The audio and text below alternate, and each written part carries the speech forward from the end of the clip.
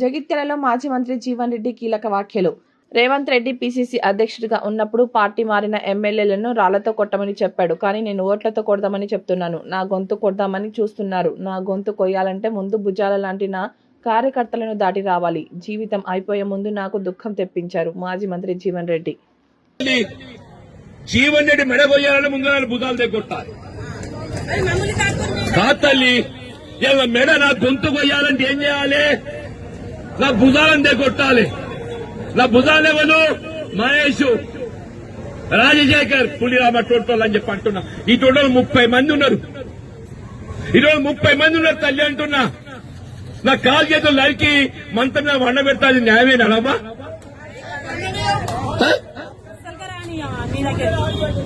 నేనేం తప్పు చేసిన? రాహుల్ గాంధీ గారు చెప్పిందమ్మా, చట్టసభకి ఏ పార్టీకి ఎంపిక అదే పార్టీలు ఉండాలి. ఇదే రేవంత్ రెడ్డి గారు చెప్పిండ్రు. ఎవడ పార్టీ మాత్రం రాళ్ల బట్టి కొట్టు అని చెప్పిండు. నిజమా?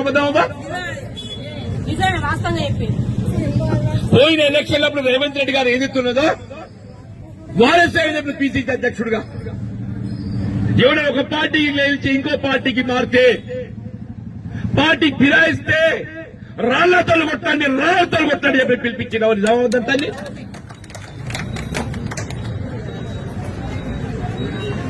ఓటుని ఆయుధంతో కొడదామంటున్నా. రేవంత్ రెడ్డి గారు రాళ్లతో కొట్టు అన్నాడు. నేనంటున్నా ఓటుని ఆయుధంతో కొడదామంటున్నా. నేను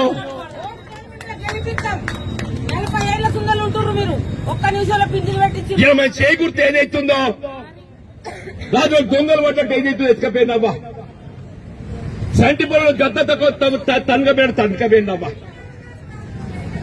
గద్ద తనకపోయిందమ్మా. తినగాడు బుక్కలు ఎత్తుకపోయిందమ్మా అంటున్నా.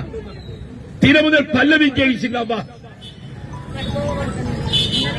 ఏం చేయాలమ్మా?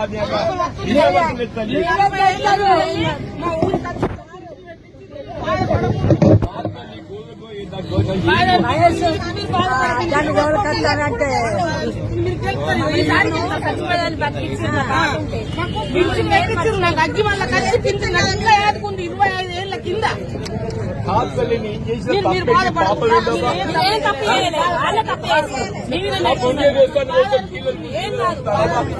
అందుకని మేము రావాలి. మేమున్న సార్ మేము ఓటుతో గెలిపిస్తాం. మేము మీరు బాధపడకుండ్రి అయ్యా. బాంఛలు బాధపడదు.